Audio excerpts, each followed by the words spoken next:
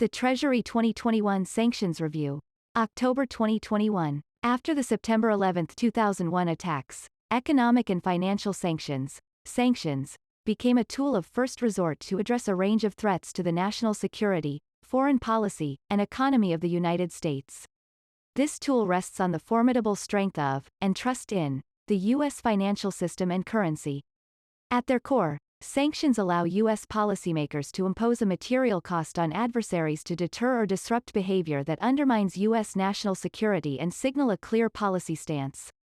Treasury's work on sanctions is conducted in close partnership with other parts of the executive branch, in particular the Department of State and the National Security Council, which lead the formulation of the foreign policy and strategic goals that sanctions serve, as well as the Department of Justice. The Department of State also implements certain sanctions authorities in consultation with the Treasury. Over the last 20 years, the Department of the Treasury, in close coordination with the Department of State, has successfully employed sanctions to address various national security challenges, including preventing Iran from using the international financial system and commercial markets to generate revenue through oil sales and other activities that support its nuclear and ballistic missile proliferation and support for terrorist activities. These sanctions pushed Iran to the negotiating table on its nuclear program in 2015. In coordination with U.S. and foreign law enforcement action, freezing 2. and seizing billions of dollars in assets from front companies used by the Cali cartel, at one point the world's largest drug trafficking organization, culminating in the 2014 dismantling of the cartel and the arrest and imprisonment of its leaders. Protecting tens of billions of dollars in Libyan assets from misappropriation by former government officials following civil unrest and the fall of the Gaddafi regime in 2011. Designating over 1,600 terrorist entities and individuals since 9/11, targeting, exposing, and undermining terrorist groups in their operations. For example, U.S. sanctions so significantly impaired Hezbollah funding streams that in 2019 the organization had to reduce salaries for its military arm and media efforts and publicly solicit donations. When used effectively, sanctions have the capacity to disrupt, deter, and prevent actions that undermine U.S. national security. However, the United States now faces new, emerging challenges to the efficacy of sanctions as a national security tool: cybercriminals, strategic economic competitors, and a workforce and technical infrastructure under pressure from growing financial complexity and competing demands from policymakers, market participants, and others. To ensure sanctions continue to support U.S. national security objectives, the U.S. government must adapt and modernize the underlying operational architecture by which sanctions are deployed. These changes are also needed to keep pace with the evolution of the global financial architecture, which has a profound impact on the efficacy of U.S. financial sanctions. American adversaries, and some allies, are already reducing their use of the U.S. dollar and their exposure to the U.S. financial system more broadly in cross-border transactions. While such changes have multiple causes beyond U.S. financial sanctions, we must be mindful of the risk that these trends could erode the effectiveness of our sanctions. In addition, technological innovations such as digital currencies, alternative payment platforms, and new ways of hiding cross-border transactions all potentially reduce the efficacy of American sanctions. These technologies offer malign actors opportunities to hold and transfer funds outside the traditional dollar-based financial system. They also empower our adversaries seeking to build new financial and payment systems intended to diminish the dollar's global role. We are mindful of the risk that, if left unchecked, these digital assets and payment systems could harm the efficacy of our sanctions. I do seriously think we have a responsibility to use sanctions for important national security issues. But we need to think about the long-term impact on the global currency. Former Secretary of the Treasury Steven Mnuchin. As part of a 2021 review of its economic and financial sanctions, Treasury met with individuals representing hundreds of sanctions stakeholders, including members of Congress and their staffs, interagency partners, the private sector, foreign governments, non-governmental organizations, academics, and Treasury's sanctions workforce. The review focused on two primary issues: 1. The framework guiding imposition of economic and financial sanctions, and 2. Potential operational, structural, and procedural changes to improve Treasury's ability to use sanctions now and in the future. This review was neither an assessment of each of the 37 existing sanctions programs. 3. Administered and enforced by the Office of Foreign Assets Controls, OFAC, and the over 12,000 OFAC designations and nearly 3,000 OFAC delistings, nor a full examination of all economic statecraft tools.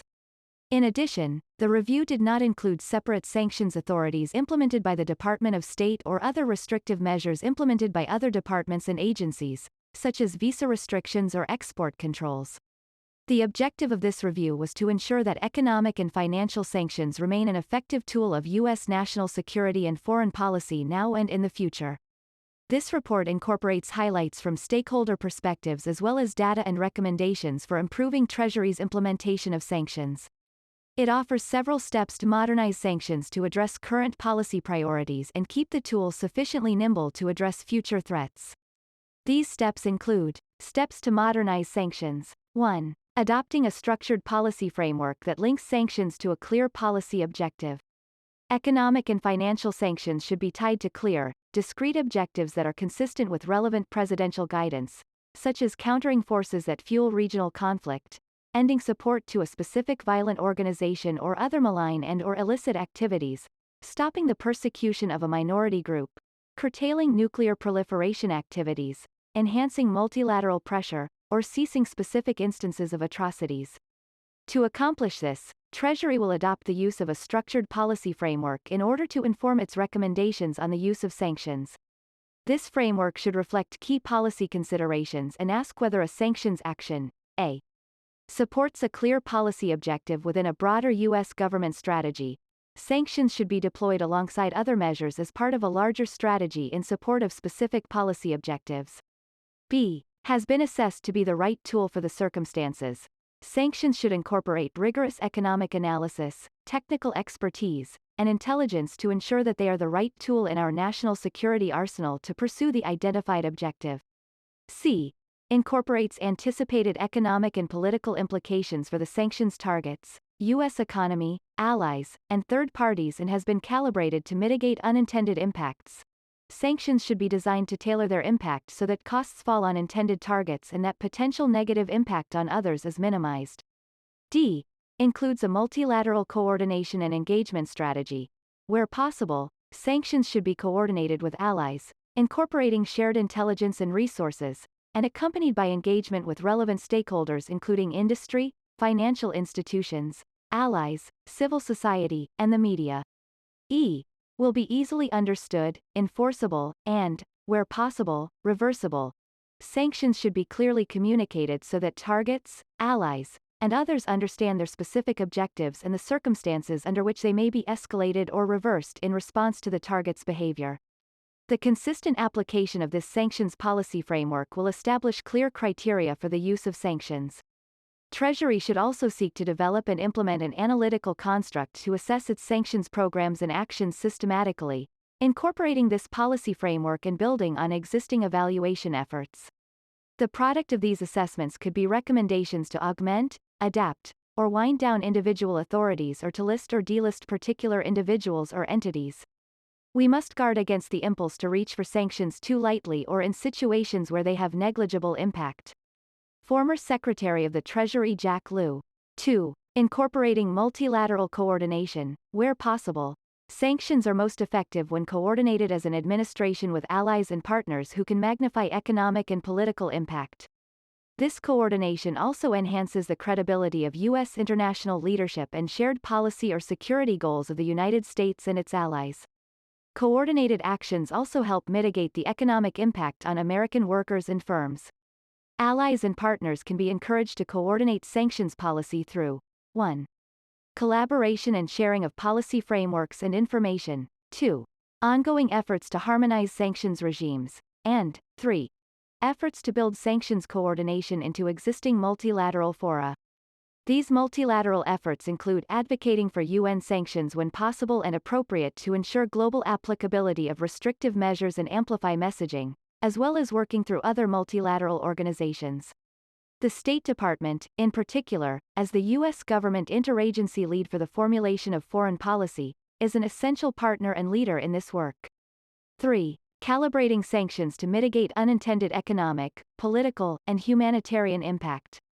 Treasury should seek to tailor sanctions in order to mitigate unintended economic and political impacts on domestic workers and businesses, allies, and non-targeted populations abroad. This will protect key constituencies and help preserve support for U.S. sanctions policy. For example, U.S. small businesses may lack the resources to bear the costs of sanctions compliance while competing with large companies at home and abroad. Uncalibrated sanctions could unnecessarily lead them to turn down business opportunities in order to avoid these costs. Better tailored sanctions can help avoid these costs and maintain the competitiveness of U.S. businesses.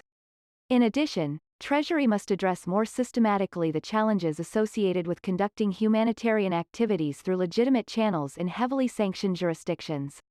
Where possible and appropriate, Treasury should expand sanctions exceptions to support the flow of legitimate humanitarian goods and assistance and provide clear guidance at the outset when sanctions authorities are created and implemented, particularly related to vulnerable populations.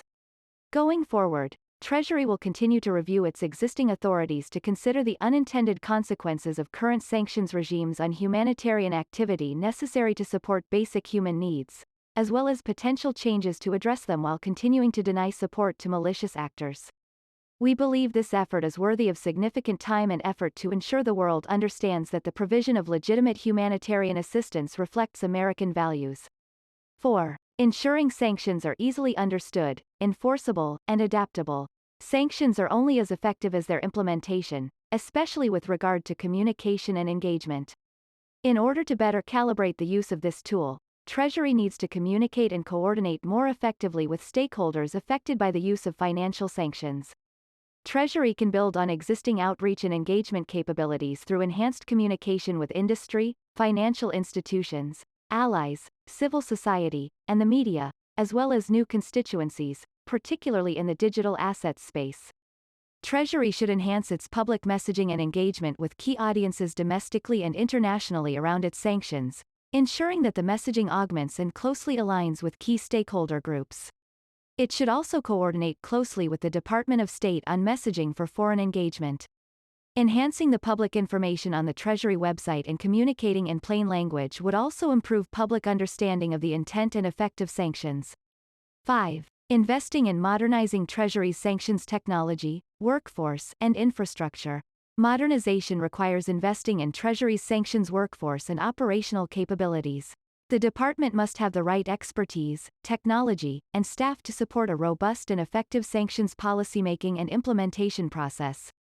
These investments will sustain Treasury's ability to execute a core tool of U.S. foreign policy and national security, protect the integrity of the U.S. financial system, and build on constructive relationships with a wide array of sanctions stakeholders. In particular, Treasury should invest in deepening its institutional knowledge and capabilities in the evolving digital assets and services space to support the full sanctions lifecycle of activities. To better facilitate compliance, Treasury should expand its use of technology to provide critical information to domestic and foreign audiences affected by sanctions actions. This includes making certain tactical and operational improvements. For example, stakeholders reported that Treasury's public website is viewed as cumbersome to navigate, and could be improved to offer clearer guidance to better support humanitarian groups and regulated entities, as well as sanctions targets themselves. All of these steps must be taken in close coordination with the National Security Council, Department of State, U.S. Agency for International Development, Department of Justice, and other interagency partners. Sources of sanctions authorities continue to come from both Congress and executive orders, and those sources set out authorities, vested often in the President and delegated mainly to the Treasury and the Department of State, as well as other federal agencies in some cases. Notably, the Department of State administers and helps implement numerous sanctions authorities and holds a leading role among federal agencies in setting the foreign policy agenda pursued through U.S. sanctions. As Treasury pursues these recommendations, especially reinforcing a commitment to multilateral coordination, it is essential that the departments of the Treasury, State, and other agencies continue and enhance their strong partnership and close coordination to advance U.S. government policy objectives and national security. The United States faces a changing world where financial innovation, shifts in global economic activity, and new geopolitical challenges are redefining how economic power can be used to support national security objectives. These shifts are accompanied by new and rising threats for which sanctions may be a critical tool of U.S. policy. To effectively confront these changes, Treasury must modernize and adapt its sanctions policy and operational framework. A refined policy rubric and options for modernizing Treasury's sanctions infrastructure will provide Treasury with the right tools to stay ahead of these changes and the adversaries seeking to take advantage of them. Though it will require Treasury, and others in the U.S. government, to make difficult decisions about where and when to recommend the use of sanctions, doing so will ultimately strengthen Treasury's use of sanctions in the long term. These changes will lay the groundwork for future Treasury leadership to address tomorrow's challenges.